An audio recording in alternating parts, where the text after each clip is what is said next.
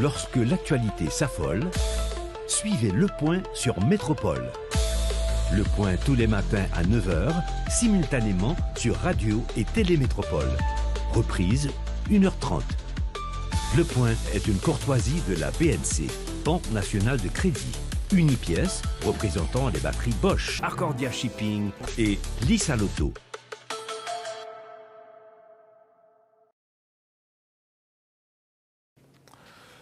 Madame, Monsieur, bonjour. Bienvenue à la rubrique Le Point de Radio et Télémétropole. Merci de votre fidélité. Merci de l'intérêt. J'ai le grand honneur, le grand privilège d'accueillir sur le plateau de la rubrique ce matin notre Dany Laferrière, notre Dany national. Nous sommes contents d'avoir cette possibilité. Comme vous le savez, il est Tahitien et ses compatriotes sont toujours très heureux de pouvoir lui parler, lui poser des questions, surtout avec ce titre qu'il a. Il est membre de l'Académie française. Il ne vient pas souvent en Haïti, mais il y vient de temps en temps. Et dans le cadre de son séjour, d'ailleurs, il a été invité par le rectorat de l'Université d'État. Il va nous parler des raisons de cette invitation. D'abord, commençons par le commencement. Dany Laferrière, bienvenue. Le Premier ministre vous l'a déjà dit peut-être, bienvenue en Haïti, mais bienvenue à Métropole. Je suis très heureux d'être avec toi ce matin. Eh bien, merci, moi aussi, je suis content d'être en Haïti. Et c'est la première fois que je débarque en Haïti par le Cap haïtien. Et généralement, circonstances oblige. Oui, circonstances oblige, mais ça m'a permis de découvrir le Cap de vue d'en haut et d'atterrir dans cette ville. Il faut s'adapter aux circonstances aussi, ne pas les accepter, mais on peut aussi trouver de nouvelles avenues en étant souple face à l'imprévu. C'était pas fatigant le trajet? Oui, bien sûr, on monte, on descend, on s'assoit et on vous donne parfois à manger. Mais on peut toujours lire et puis on peut toujours méditer. Et puisque moi, c'est à terre que je peux me fatiguer. Et joyeuse fatigue, par exemple, à Port-au-Prince et déjà au Cap où je rencontre des amis, des gens qui me connaissent, que je ne connais pas, et d'autres que je connais, qui ne me connaissent pas. Donc il y a quelque chose, une sorte de... Oui, il y a beaucoup de mouvements et qui pourraient être fatigants, mais ce n'est pas une mauvaise fatigue. L'écrivain, l'intellectuel a une nouvelle source d'inspiration, je dirais, cette nouvelle Haïti que tu as pu expérimenter à travers ce voyage. Ah non, bien sûr, je n'ai pas encore tout à fait compris, décrypter un peu ce qui se passe, parce que j'ai vu une partie de la ville, de la vie, mais je n'ai pas encore vu les endroits plus difficiles. Mais parce que aujourd'hui même, ce matin, je parlais à quelqu'un qui travaille à l'hôtel où je suis, et je disais que quand même, il a fait bon hier soir, et que j'ai pu dormir. Elle m'a dit, mais il a fait très chaud. Et puis, elle me dit, peut-être en montagne, il fait bon, mais en bas. Et là, je me suis rappelé, parce que j'ai habité longtemps près de Magloire-Ambroise, avenue Magloire-Ambroise, la fleur du chêne. Et la chaleur reste, s'installe la nuit aussi, et gardée au chaud, j'allais dire, par les murs et par la toiture en tôle parfois. Et c'est encore plus chaud la nuit, parce qu'on est prisonnier, on ne peut pas même sortir. Et même du temps qu'on pouvait sortir, il faisait chaud. Et là encore, c'est encore pire, puisque la nuit commence très tôt à Port-au-Prince maintenant. Les gens s'enferment à la tombée du jour. Et comme nous sommes sur l'équateur, et ça arrive tôt, dès qu'il fait noir, on s'enferme, et on reste prisonnier de la chaleur. Dany, tu as été invité par le rectorat.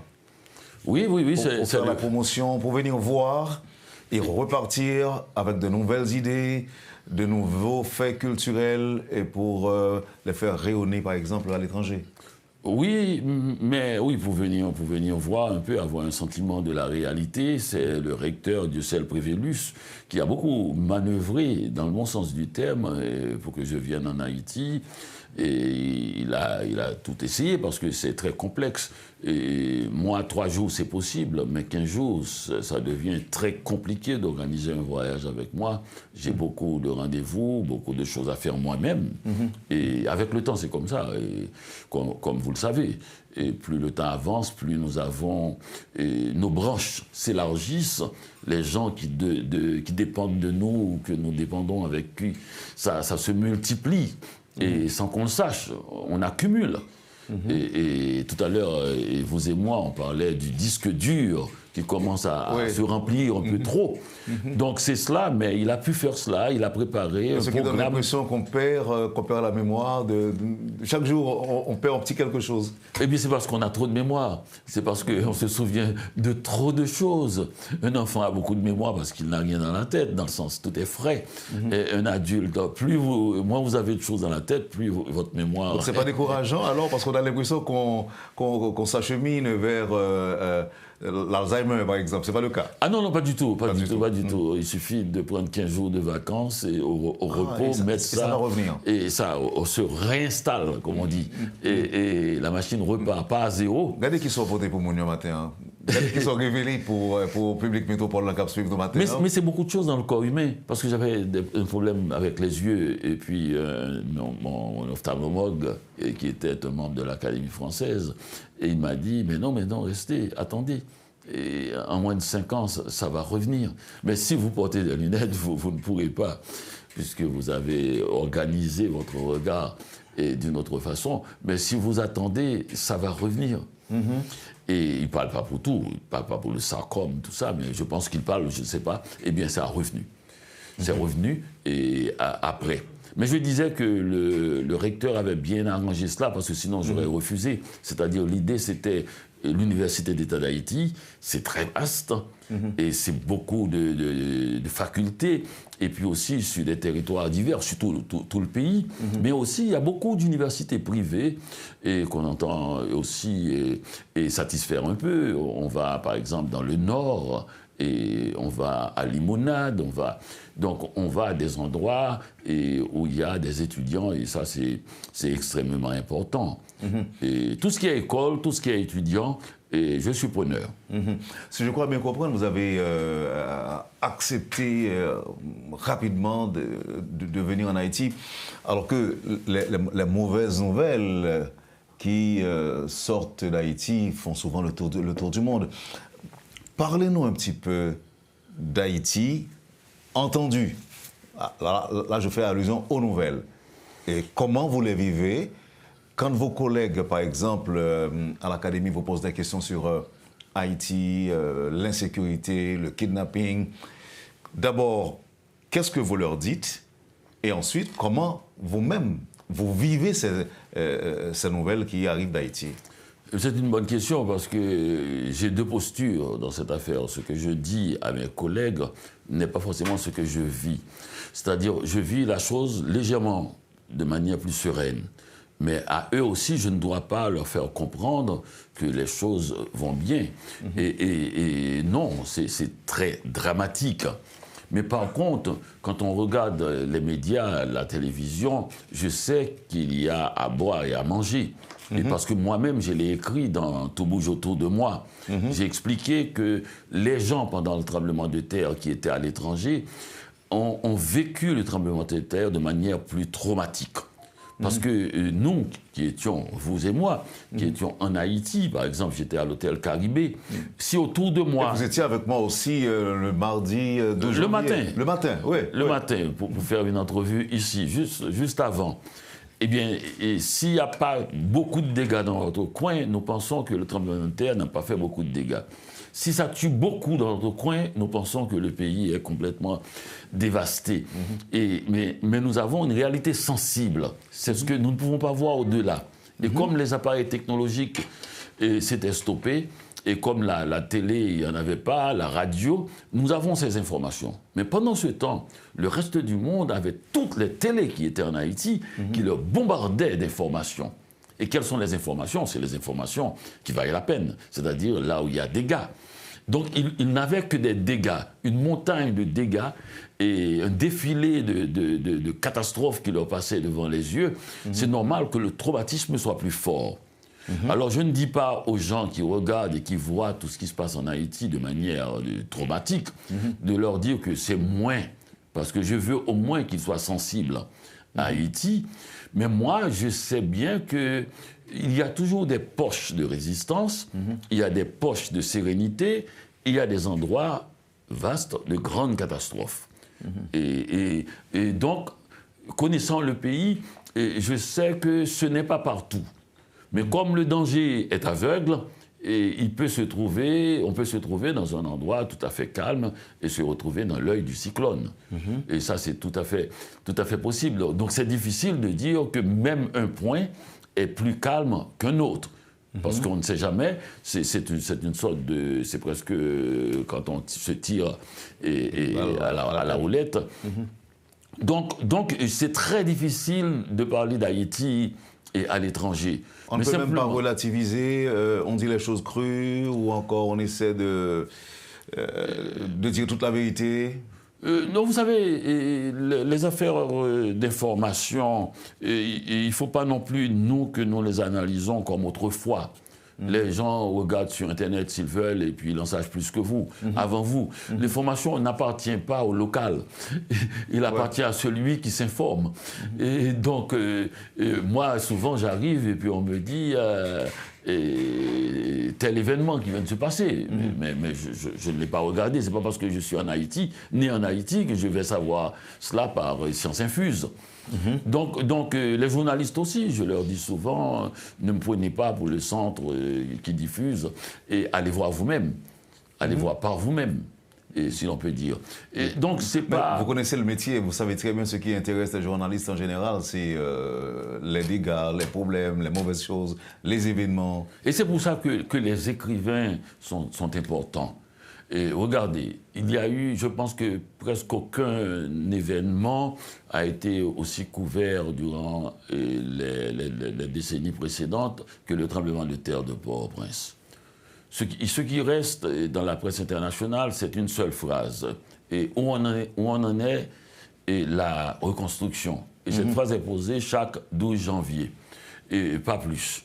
Mais, par exemple, si on prend un livre comme le mien, Tout bouge autour de moi, ou celui de Yannick Lahens, Faille, ces livres-là sont cités partout dans le monde. Pas de façon... dramatique d'abord, et pas tout le monde, mais tout le temps. Parce que les livres il y a une sensibilité, et parce que dans les livres, on peut dédramatiser, et en dédramatisant, on rend ce qu'on dit plus convaincant. Et qu'est-ce que c'est qu'une nouvelle? Ce n'est pas la chose elle-même, ce n'est pas le spectacle, ce n'est pas le nombre de morts. Une nouvelle, c'est quand l'autre accepte de regarder cela et croit celui qui dit la nouvelle. S'il ne croit pas, il n'y a pas de nouvelle. Donc pour qu'il croie, il faut qu'il y ait un minimum de décence. Je ne dis pas de vérité, de pudeur, parce que l'être humain est pudique. Plus vous êtes pudique, plus on va vous croire. Vous savez ce qui est arrivé avec le tremblement de terre? Quelqu'un est venu acheter le livre. C'est une personne qui n'a pas de moyens du tout. Elle m'a dit, j'ai pris 6 motocyclettes. Il y avait un problème. Et à ce moment-là, c'était Pays Loc pour venir acheter le livre. Je lui ai dit, madame, je ne vois pas pourquoi, si vous n'avez pas d'argent, comme vous dites, vous voulez lire ce livre. Il n'est pas pour vous. Il a été écrit par un homme qui a vécu le tremblement de terre sur une cour de tennis dans un hôtel de luxe. Le soir même, j'ai mangé des petits fours parce qu'il y avait des petits fours, on nous a servi. J'ai dormi sur des matelas et personne de chez moi n'est mort. Alors que vous me racontez qu'il y a 3 personnes dans votre famille. Nous ne sommes pas de la même chose. Alors pourquoi vous voulez ce livre? Il m'a dit précisément pour ce que vous venez de dire. J'ai envie d'entendre la vérité. Je n'ai pas besoin d'entendre des morts, j'en ai chez moi. J'ai envie d'entendre comment d'autres personnes ont vécu ça. J'ai envie d'entendre parler ceux qui l'ont vécu. Et c'est très profond ce qu'elle a dit. Ah ben, c'est notre métier. Elle raconte, pour la littérature comme pour le journaliste, ce que nous devrions tenir compte, ce dont nous devrions tenir compte, c'est-à-dire la décence, la pudeur, la vérité. Mais vous savez que ça n'existe plus, Daniel Laferrière. Ça existe. Pas pour la grande... Non, là, je parle de la presse. Je parle de la presse qui est aujourd'hui galvaudée, et tout le monde, à partir d'un téléphone, pense pouvoir informer et dire n'importe quoi, parce qu'il y a cette fameuse question de views, après laquelle on court. Oui. On court, et ceci à un rythme vertigineux. Oui, bien sûr, mais on oublie aussi à la seconde.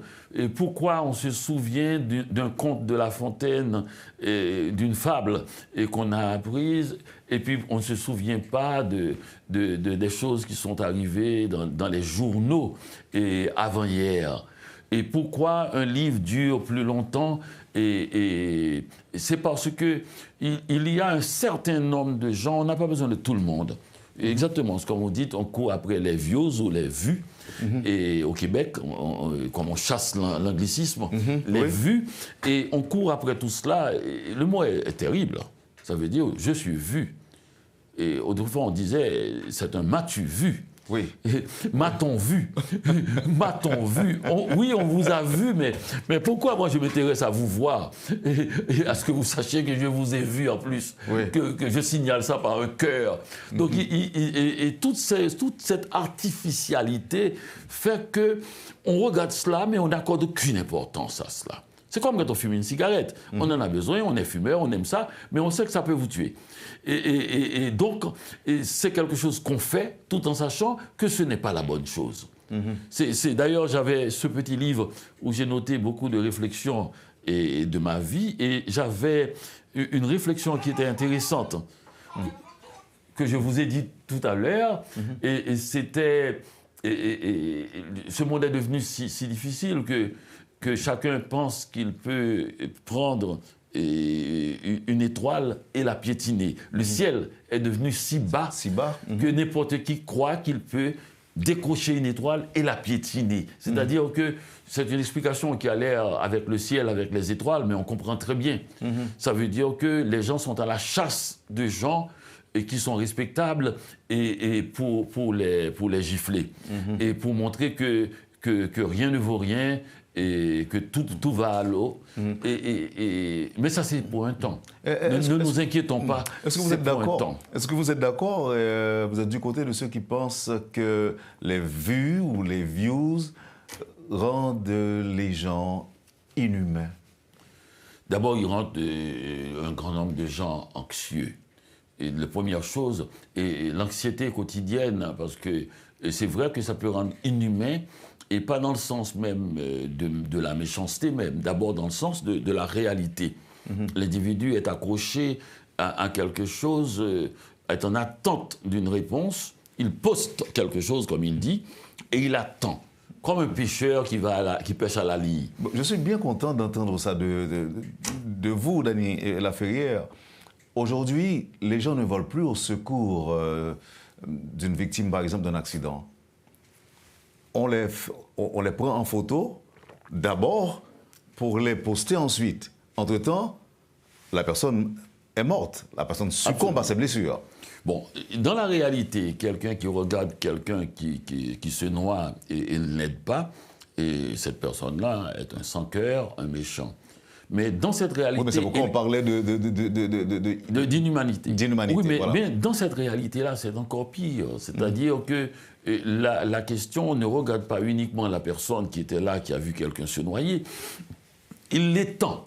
C'est-à-dire que l'idée, c'est que tout le monde sache que j'ai vu ça et que je n'ai pas intervenu. Et les gens qui l'ont entendu, l'ont vu et le signalent à d'autres, même pour dire qu'il n'est pas d'accord. C'est-à-dire on ne peut plus se retenir. On doit dire non, tout en sachant que dès qu'on met le pied dans l'étrier, eh bien, on permet la diffusion spectaculaire d'une nouvelle à laquelle on n'était pas d'accord nous-mêmes. Donc ça veut dire que ça s'appelle la bêtise. La bêtise, tout simplement. Oui. Parlons maintenant de l'insécurité. Je vois que vous étiez hier reçu par le Premier ministre. On parlait de quoi? De culture. Je suis venu pour parler de cela parce que, bon, vous savez, l'insécurité, j'ai vécu en Haïti sous Duvalier, J'ai vécu le tremblement de terre, j'ai vécu l'exil. Et l'insécurité, disons, celle d'aujourd'hui en Haïti, est inédite. Et sous tous les plans. C'est un niveau d'intensité extrême. Mais l'insécurité n'est pas la seule chose qui existe dans la vie humaine. C'est-à-dire que si les esclaves avaient cru que l'esclavage était un état permanent, nous ne serions pas libres aujourd'hui. C'est parce qu'à un moment donné, il y a une petite chose qui s'est glissée à l'intérieur qui s'appelle l'espoir. Et l'espoir amène quelque chose qui s'appelle la résistance. Et la résistance finit par triompher. Finit. Parce que la résistance est juste en recul en arrière. Et l'autre, celui qui fait du mal, et il va se fatiguer à un moment donné. Et puis, il y a aussi ce qu'on appelle « les temps changent ».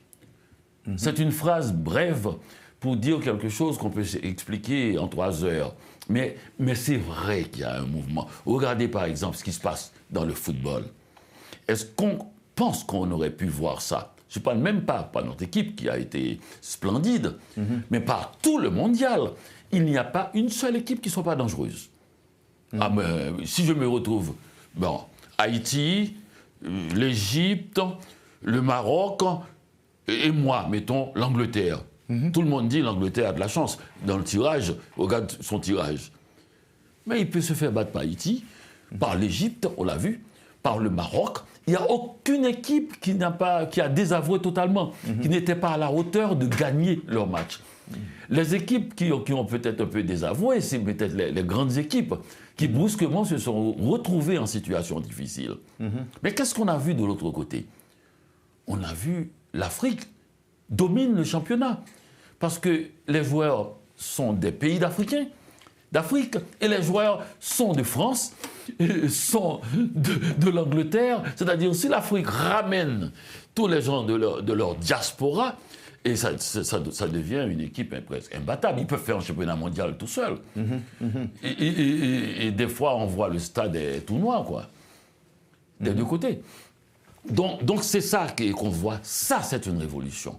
Et ça, il fallait s'attendre. Autrefois, on avait l'impression que quand un pays africain parvient difficilement à arriver au championnat mondial, c'est pour faire de la figuration. Oui. Maintenant, par exemple, au prochain championnat, si Haïti, le Maroc, l'Égypte se retrouvent, on se dit, oh là là, il va y avoir des problèmes. Personne ne va dire que...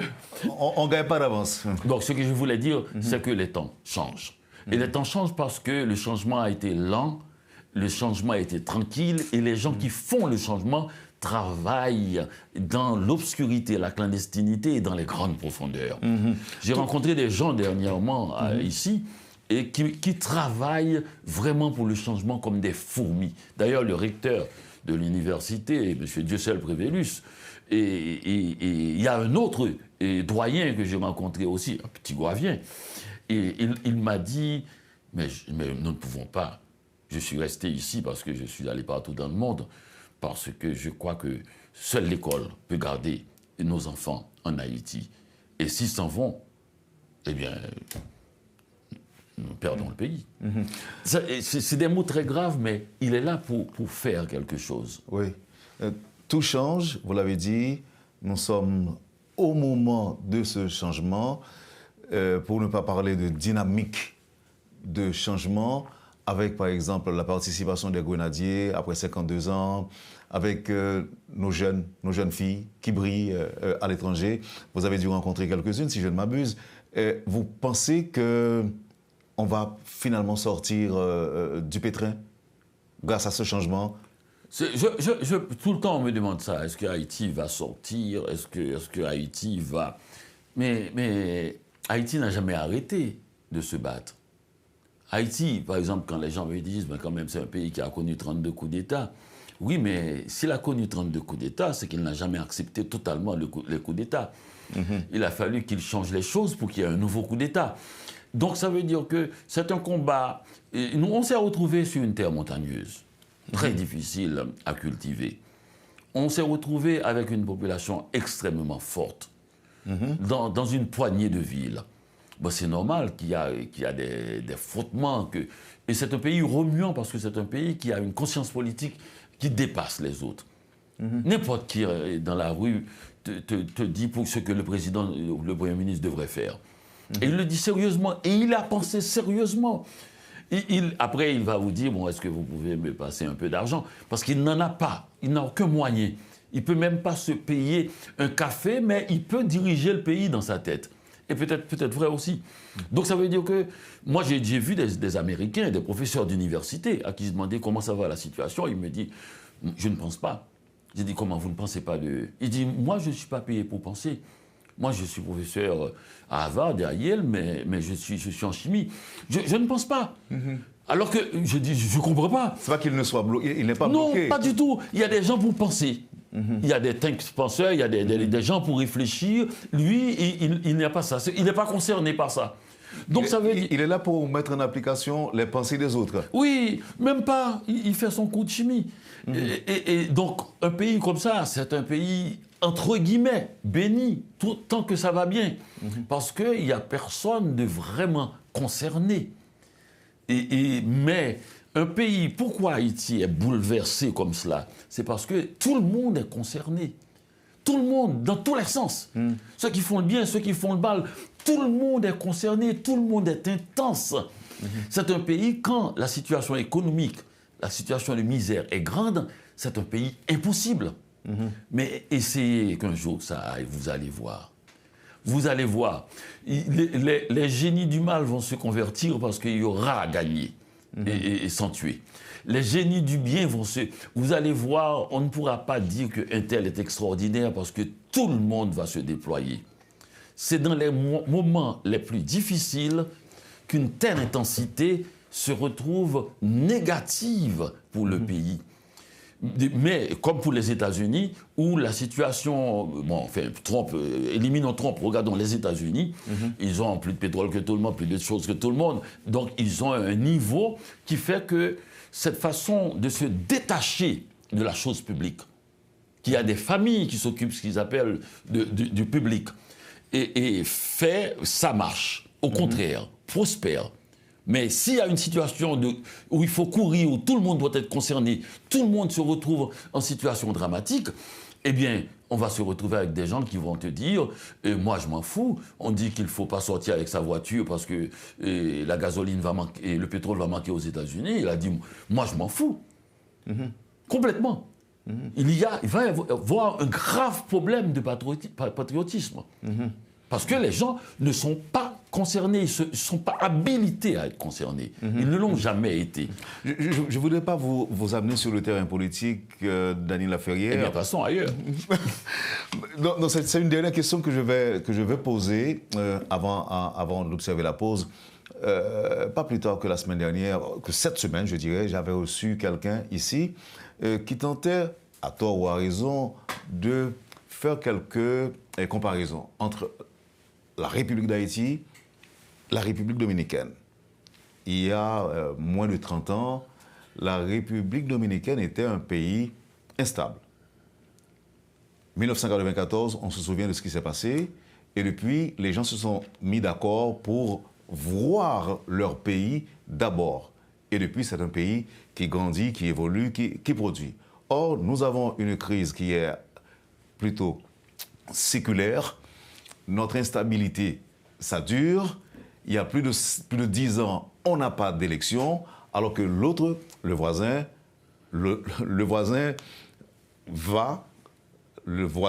progresse, et nous, soit nous marchons à reculons, soit nous tournons le dos à tout ce qui pourrait, par exemple, nous mettre sur les rails du développement. Vous pensez quoi?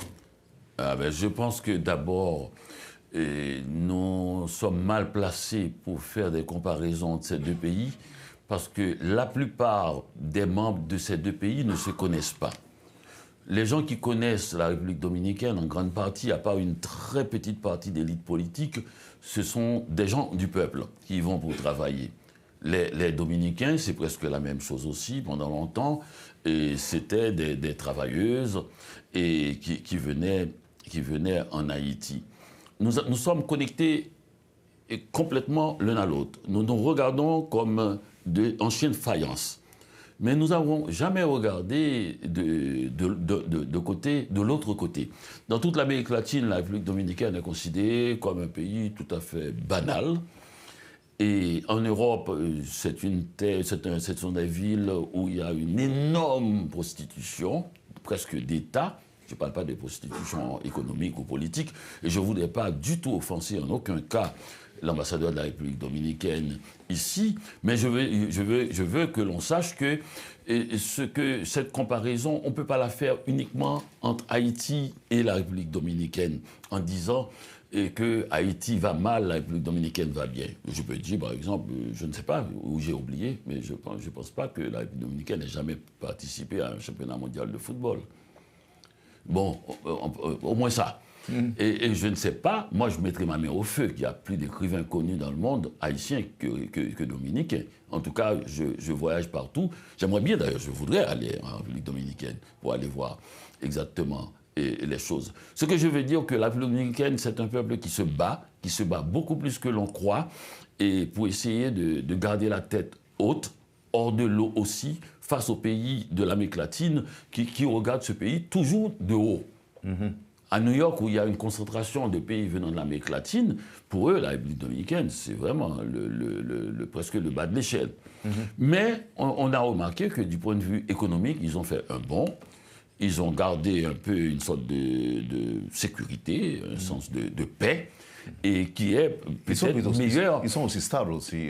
Ils sont stables aussi. Mais ce n'est pas un seul indice pour voir si un pays est plus dynamique, plus important. Pendant longtemps, la goude haïtienne valait plus que le peso dominicain, à tel point qu'ils achetaient la goude. Donc ça veut dire qu'au moment même où on disait que rien n'avançait, c'était notre argent et qu'ils achetaient. Donc il faudrait voir avec les économistes. Ouais, de façon, ce n'est plus pareil maintenant. Ah non, depuis longtemps, mais pendant qu'on disait exactement la même chose, parce qu'on l'a dit et souvent aussi, ce n'est pas un seul variable. Le variable de stabilité ou même le variable d'économie, ce n'est pas le seul variable pour analyser le dynamisme d'un peuple. Il est clair que que Haïti est plus connu dans le monde que la plupart des pays de la Caraïbe, et pour des raisons bonnes et pour des raisons mauvaises. Donc il y a un dynamisme, le dynamisme de l'art. Et le dynamisme dans toute la Caraïbe, si vous voulez peindre, il faut faire semblant, il faut dire que vous êtes haïtien, ou bien prenez quelques tableaux haïtiens et mettez dans votre galerie. Mais je veux dire, il n'y a pas un seul dynamisme. Ce dynamisme dont je vous parlais fait que Haïti est un peuple beaucoup plus dynamique que les Américains, comme je vous ai dit. Les Américains. Moi, je circule aux États-Unis, je passe dans des petites villes pauvres, vous demandez la route, les gens vous répondent ça vient. Ils ont peur de vous, vous êtes qui? Ça vient. En Haïti, vous demandez la route, les gens se déplacent pour aller vous montrer la route. Donc ça, c'est quelque chose parce que ça veut dire que tant que ça va, et même au cœur même de la plus grande violence, de la plus grande douleur, de la plus grande misère, il y a un dynamisme dans l'être haïtien qui est prêt à exploser, à faire monter à la bourse. Et ce n'est pas par l'économie que vous voyez. On a vu, par exemple, la bulle économique de New York a déjà fait faillite. La bulle économique des États-Unis, on a fait faillite aussi. Ça peut arriver. Mais le matériel qui est indiscutable, qui est l'or des pays, c'est l'individu. Moi, je dis que l'individu haïtien est à la bourse du monde et à un prix très fort. Et on le dit, on n'a qu'à le voir quand ils sont dans la diaspora. Ils arrivent. Moi, je suis arrivé au Québec, et je le dis à l'Académie française, et je suis à la commission du dictionnaire qui est à l'intérieur même de l'Académie française, la petite escouade qui s'occupe de faire le dictionnaire de plus près. Nous sommes 10. Eh bien, je suis là-dedans, mais avec les règles de grammaire que j'ai apprises en Haïti. Puisque je n'ai fait que mois d'université à l'étranger, et à l'étranger, chez moi, à Montréal, et je n'ai pas fait d'autres.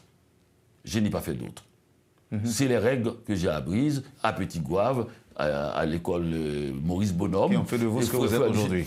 Et oui, je me souviens, je leur dis, parce qu'ils me disent, mais où est-ce que vous avez appris tout ça?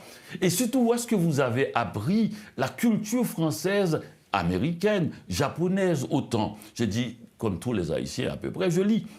Je lis les livres, le peu de livres qui peut tomber sur moi. Ça veut dire que je suis resté à Petit-Goâve. Si j'étais resté à Petit-Goâve ou à Port-au-Prince, je serais ce que je suis, quelqu'un qui a ce dynamisme et qui n'a pas de possibilité. Je suis allé à Montréal, les portes se sont ouvertes, j'ai eu toute l'aide possible. Eh bien, je suis allé en France, je suis à l'Académie française. C'est impensable pour un Français qu'un académicien, il ne savent même pas, a travaillé pendant 8 ans à l'usine et n'a même pas fait un mois à l'université. Pour un Français, c'est impensable. Oui. Malraux, c'est vrai, n'a pas fait l'université, mais Malraux n'était pas à l'académie. Je ne dis pas que c'est meilleur, mais je veux dire que c'est impensable. Demande à un Français, dans son curriculum naturel, même quand il fait les grandes écoles, il sait qu'il ne peut pas. Eh bien, des gens comme moi, il y en a des centaines de milliers en Haïti. Comme vous? Ah, facilement. Merci Dany Laferrière. Permettez que j'observe la pause et puis on revient. Le temps de prendre un peu d'eau aussi. Et puis on reviendra avec d'autres questions. Merci encore une fois de votre présence ici à Métropole ce matin. Merci. Vous avez suivi, madame, monsieur, vous suivez, madame, monsieur, la rubrique Le Point de Métropole. Notre invité, Dany Laferrière. À tout de suite, après la pause. Le Point est une courtoisie de la BNC, Banque nationale de crédit. Unipièce, représentant les batteries Bosch, Arcordia Shipping et Lisa Lotto.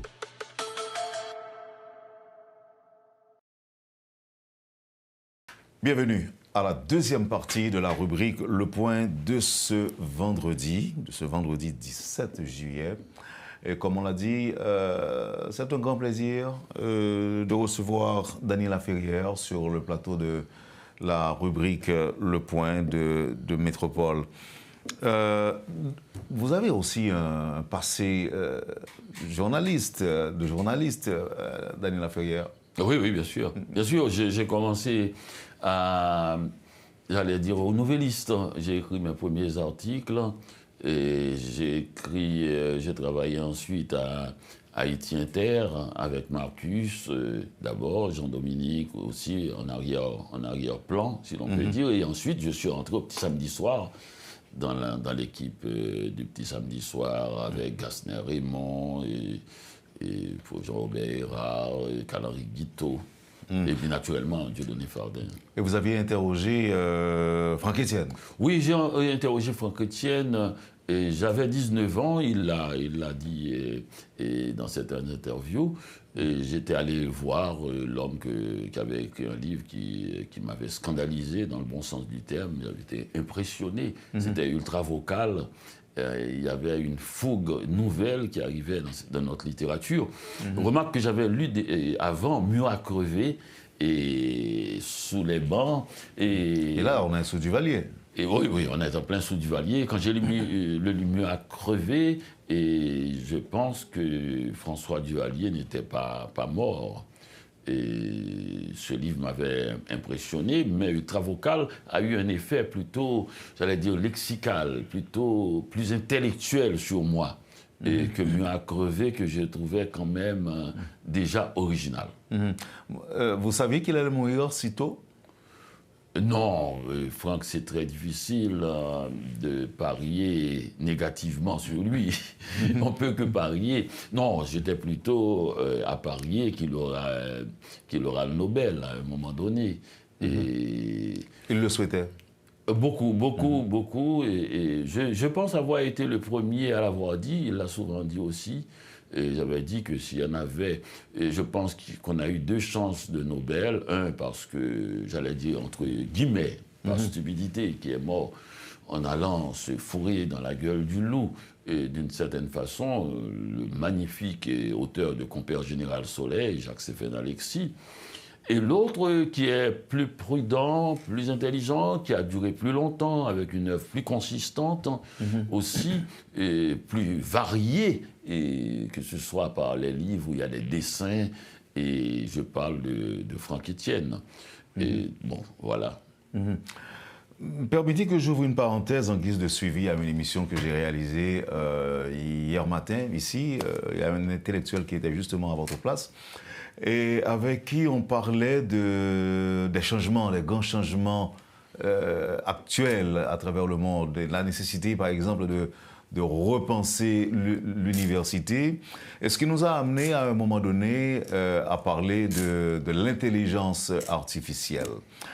L'intellectuel, l'écrivain que vous êtes, est-ce que Daniel Laferrière pense que l'intelligence artificielle ne va pas affecter la pensée humaine, la pensée créatrice, par exemple? D'une certaine façon, il l'a déjà affectée, mais pas au point que nous croyons, pas au point de la détériorer.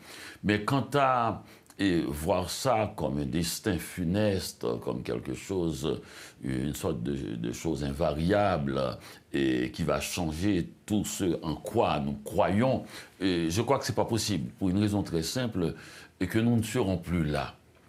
Et les gens qui seront là seraient déjà au courant de cette machine et pourront la traiter pour ce qu'elle est, une machine. Vous savez, dans l'histoire humaine, on s'est servi du papier que l'on voit là. J'ai écrit quelque part que le livre est plus complexe qu'un ordinateur, je tombe dessus, et aussi simple à ouvrir qu'un ciel d'été. C'est-à-dire qu'on peut dire ce qu'on veut. Un livre et qui recueille quelque chose, un objet qui augmente, et disons la pensée, et qui demande une plus grande attention, et comme ça, puisque ce n'est pas des histoires qui appellent des views, quand on écrit, quand on lit, on n'est pas en train de se faire regarder par quelqu'un d'autre. On est en train de converser avec l'auteur. Et la plupart du temps, il n'est même pas vivant. Il n'est pas au courant, c'est sûr. Il n'est pas vivant, et souvent. Et puis aussi, il parle une autre langue que vous. Vous le lisez en français ou en créole. Donc, le livre, ça fait des milliers d'années, et vous croyez en une génération, parce que quelques jeunes gens, plus ou moins malins, ont fait une petite machine qui nous intéresse beaucoup aujourd'hui, qui est le nouveau jouet, comme on dit. Et donc, je salue l'ingéniosité. Mais il ne peut pas, parce que cet objet-là est aussi technologique. C'était une grande avancée, la plus grande avancée de la Renaissance, c'est quand même l'imprimerie. Et imprimer les livres pour permettre une grande circulation, c'est plus fort que ce que nous croyons là. Quand on a pu faire en sorte que le livre puisse circuler, sortir de l'élite dans laquelle il se trouvait pour circuler à travers le monde. Et de plus en plus, nous avons augmenté sa capacité. En faisant la dernière grande révolution intellectuelle qu'il y a eu, c'est peut-être au XXe siècle, quand on a fait le livre de poche, c'est-à-dire le livre accessible économiquement. Vous voyez, ce n'est pas technique. C'est tout simplement faire en sorte que le papier coûte moins cher et que tout le monde puisse pouvoir l'acheter. C'est-à-dire que nous sommes dans une époque où nous croyons que toute révolution doit être artificielle, technologique, technique. Mais vendre le livre meilleur marché, c'est une révolution plus grande encore. Plus grande encore. Et parce que nous vendons un objet de luxe, dans le bon sens, un objet précieux. Nous ne vendons pas une machine qui fait de nous un obsédé, contaminé, quelque chose qu'on glisse dans nos veines, comme si c'était de la drogue. Nous ne sommes pas des drogués quand nous lisons. Au contraire, nous lisons pour nous dédroguer. Pour sortir, par exemple, de ce que l'on dit, de la rumeur, que l'on attrape, que l'on capte dans l'air. Et nous allons réfléchir. Nous sommes en mouvement. Lire un livre, ce n'est pas la même chose que regarder un écran. Lire un livre, c'est pouvoir penser. Fermer le livre. On ne peut pas fermer l'écran comme ça. Fermer le livre et réfléchir. L'ouvrir et retrouver exactement là où on était. Et sans faire un mouvement. Donc ça veut dire qu'il faut quand même que nous soyons plus calmes et plus prudents par rapport. D'autre part, les gens que nous voyons en ce moment qui ont 4, 5, 6, 10 ans et qui manipulent avec une dextérité extraordinaire, de manière plus rapide que les gens qui ont construit l'électronique. Prenez un enfant de 9 ans, il fait ça plus vite que... Oui, que vous et moi. Non, que les gens qui l'ont inventé. Okay. Et bien, ces gens-là, ils trouveront d'autres ressources et pour casser un peu le côté négatif que cela amène. Nous sommes au début de l'IA. c'est normal qu'il soit un peu imparfait, mais ça va être un instrument. On va le mettre à sa place d'instrument. L'être humain va toujours être dominé par l'émotion. L'émotion, l'espoir, la souffrance, la difficulté aussi, le goût de l'autre, c'est-à-dire l'empathie. Parce que la chose la plus révolutionnaire, d'ailleurs, c'est dans la Bible aussi, c'est l'empathie. Se mettre à la place de l'autre. Ne fais pas à autrui ce que tu ne voudras pas. Qu'on te fie à toi-même. Qu'on te fie à soi-même. Pourquoi cette parole a traversé les millénaires? C'est parce qu'elle est juste, elle est vraie et impossible. Et impossible. Il faut aller vers cette perfection-là. Ça, c'est plus fort qu'une mécanique.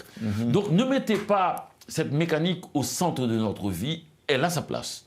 Une très bonne place. Elle aide beaucoup sur le plan technique, sur le plan de la médecine. Ça va être un apport extraordinaire. Mais sur le plan... Vous nous encouragez dans cette voie, la voie de l'intelligence artificielle. Mais elle ne m'attend pas. Elle est déjà là. C'est-à-dire que je ne vais pas perdre mon temps à me mettre contre l'intelligence artificielle. D'ailleurs, elle ne m'intéresse pas. Et je ne m'en sers pas. Mais les gens qui s'en servent, ils vont à fond de train. Ils ont 15 ans, ils ont 14 ans. Ce sont les maîtres de demain. Donc, eux sauront quoi faire. Ils vont le réinventer, ils vont savoir tout de suite là où il ne faut pas aller, là où il faut aller, selon leur inclination. Il y a des gens qui aiment bien le mal, ou bien qui aiment bien... Donc, ne nous énervons pas avec cela. Ce n'est pas fait pour nous. Essayons de trouver autre chose. Retournons au livre, et surtout retournons à l'émotion.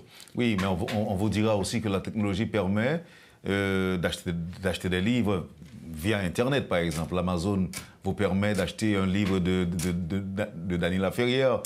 Ah non, bien. Non, mais c'est ce que je vous dis. Je vous dis que ce n'est pas ma manière. Et il y a plein de choses extraordinaires. Mais même la question de la lecture n'est pas la seule question. C'est l'apport. L'apport technique, l'apport médical est beaucoup plus fort.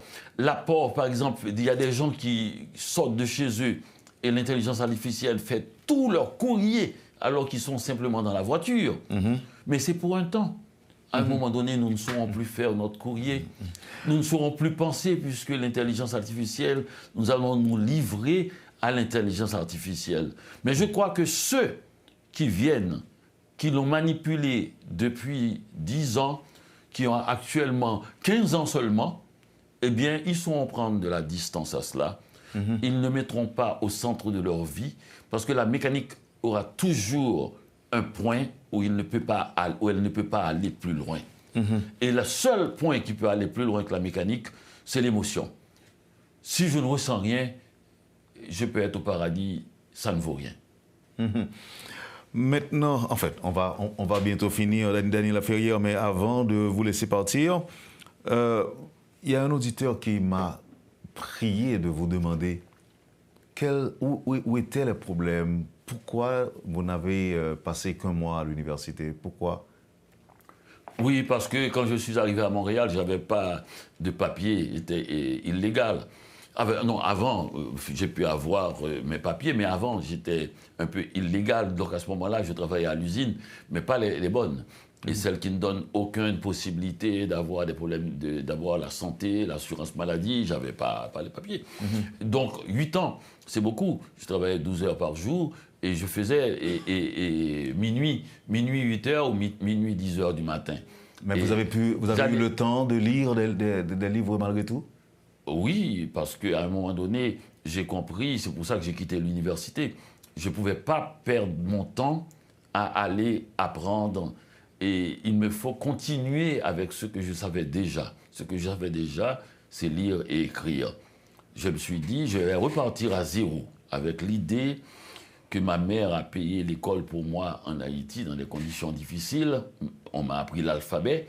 Au lieu d'aller apprendre, je vais aller directement au maître. C'est-à-dire, ça ne coûte pas cher. J'achetais les livres dans les librairies qui vendaient des livres usagés. Et je me glissais dans ma baignoire et je n'ai fait que lire. Et je lisais les meilleurs, puisqu'ils sont souvent à meilleur prix. Je lisais Boileau, La Fontaine, j'avais des nouvelles aussi de Jacques Roumain, La Proie et l'Ombre. Vous n'avez pas cherché à enquêter sur vous? Vous n'avez jamais pensé à mener une enquête sur vous, à savoir qui vous êtes? Ah ben oui, ça fait 50 ans que ça dure. J'ai écrit 40 livres et je ne sais pas encore qui je suis. Parce que les livres que vous écrivez, c'est précisément ce que vous dites, exactement, c'est une enquête sur soi. D'ailleurs, Borges a défini, et on lui a demandé pourquoi vous écrivez, il a dit pour me surveiller. Mais je crois qu'après vous, je vais répondre pour enquêter sur moi-même. Eh bien, j'enquête et je pense que je ne pourrai plus écrire quand je saurai qui je suis. En attendant, je suis loin de savoir. Je n'ai écrit que 40 livres. Tandis que d'autres cherchent à avoir une idée du sens de la vie, du sens de la mort. Il est quand même opportun pour Daniel Laferrière de chercher à savoir qui il est. Bien sûr, puisque l'homme est la mesure de toute chose, c'est pas moi qui l'ai dit, c'est un grand philosophe grec. À chaque fois, on dit que c'est Socrate, mais je ne crois pas que ce soit lui, c'est un grammairien. Et l'homme est la mesure de toute chose. Donc, si je sais un peu qui je suis, vous savez, c'est la plus grande machine. On parlait de IA et autres. C'est la plus grande machine. Si cette machine refuse n'importe quelle autre machine, n'importe quoi qui se passe à l'extérieur, rien n'entre. Si je ne veux pas que les choses entrent, rien n'entre. Donc, et c'est une machine qui peut communiquer directement, de cœur à cœur. La machine technologique n'a pas de cœur. Il ne peut pas communiquer de cœur à cœur avec moi. Il peut communiquer de cerveau à cerveau. Et je crois que c'est plus rapide, la communication de cœur à cœur. OK. Et l'agenda est chargé, l'agenda de votre séjour en Haïti? Autant que je peux supporter. Quand les gens disent ben, j'ai trop de choses, non, on n'a jamais trop de choses. On prend les choses et puis on choisit ce qu'on peut faire. Alors, je parle ici de ceux qui ont organisé votre voyage en Haïti. Ils ont prévu que vous alliez dans des universités. Ah oui, il y a beaucoup de choses à faire, mais c'est des choses que j'aime. Eh ben, vous voyez, je prends grand plaisir à converser et ça faisait longtemps que je n'étais pas venu en Haïti, 2019. Alors j'avais hâte. Qu'est-ce que ça veut dire 2019? Ça veut dire que c'est 7 ans. Et les gens qui avaient 15 ans ont 22 ans maintenant, ils peuvent converser avec moi. Ils n'ont pas besoin de lire mes livres pour me parler. Vous comprenez très bien tout cela. Je ne cherche pas des vues ou des views de moi-même. Je vous parle, je n'ai pas lu tous vos livres quand même. Pour terminer, en général, comment je procède en animant cette émission? Je pose des questions à mes invités, mais parfois il y a des auditeurs qui m'envoient des questions à vous poser aussi. Oh, bien sûr. Là, il y a quelqu'un qui vous a entendu évoquer la résistance du peuple. Et il m'a dit, on a l'impression aujourd'hui que le peuple s'en fout. Il n'y a plus de résistance maintenant, parce que tous les partis politiques qui exerçaient de la pression sur les pouvoirs constitués, les pouvoirs établis, sont au pouvoir. Ils ont soit un ministère ou bien un poste de direction générale. Et dans tout ça, le peuple est en mode pause. Je ne sais pas ces choses-là. Je sais qu'il y a des gens qui peuvent lire dans l'espace et qui peuvent savoir comment va le peuple. Et c'est trop vaste pour moi parce que déjà, Haïti, géographiquement, et tout le monde n'est pas dans la même situation. On peut se retrouver à Port-au-Prince, où nous sommes là maintenant, et ne pas se sentir en danger. Il y a des endroits où chaque seconde, on est en danger à Port-au-Prince, et d'autres villes qui ne sont même pas au courant que Port-au-Prince soit dans la difficulté. Des petits villages où les choses... Il y a trop de gens, trop de situations différentes, trop de récits et complexes pour savoir, même pour une seule personne. Nous ne savons pas. Donc, j'en sais rien. Vous allez vous rendre à Petit Goâve? Oui. Votre maison est encore là? Ah non, ma maison, ça fait longtemps que j'ai quitté Petit Goâve et je l'ai plutôt habité dans mes livres. Et j'ai parlé de Petit Goâve dans tous mes livres. Et puis, il n'y a presque pas d'interview que j'ai faite depuis les 40 dernières années où je n'ai pas cité.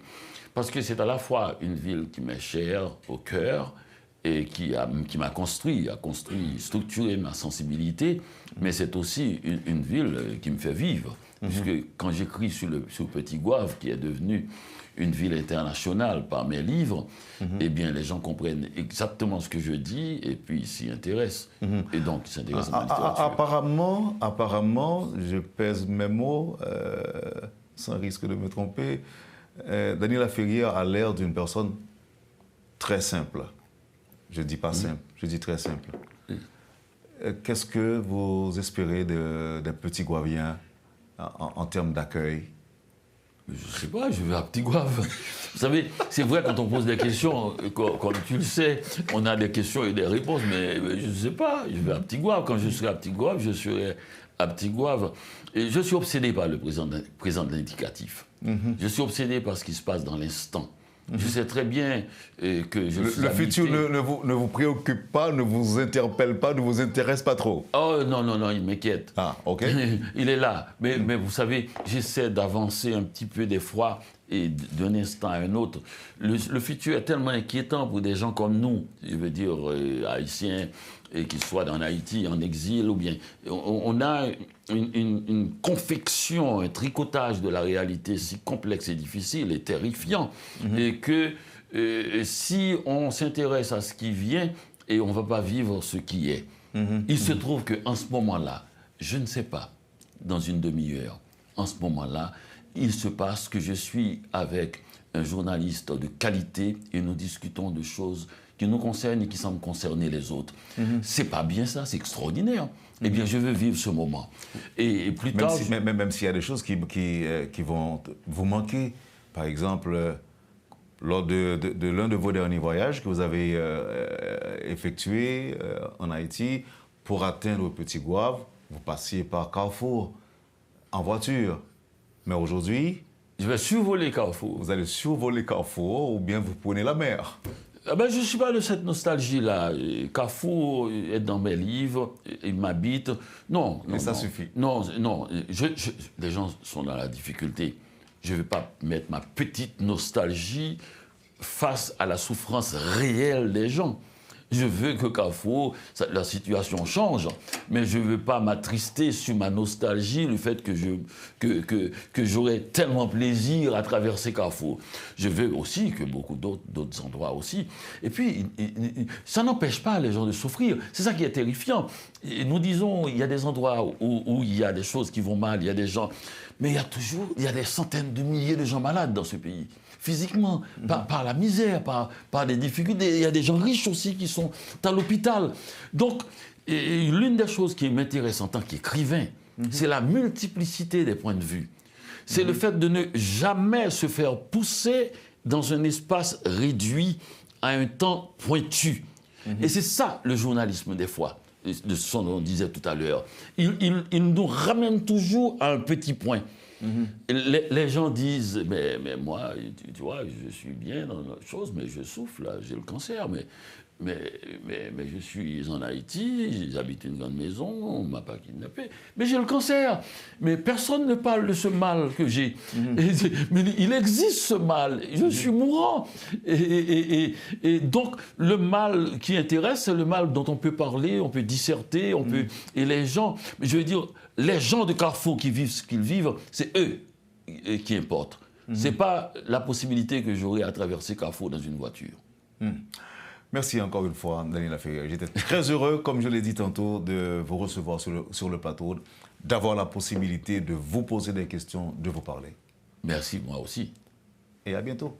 À bientôt. Vous avez suivi, madame, monsieur, la rubrique Le Point de Radio et Télémétropole. C'était Daniel Laferrière avec nous ce matin. Vous nous avez suivis, nous vous en remercions. Passez une bonne journée, un bon week-end avec Métropole et à la semaine prochaine. Lorsque l'actualité s'affole, suivez Le Point sur Métropole. Le Point tous les matins à 9h, simultanément sur Radio et Télémétropole. Reprise 1h30. Le Point est une courtoisie de la BNC, Banque nationale de crédit. Unipièce, représentant les batteries Bosch, Accordia Shipping et Lisa Lotto.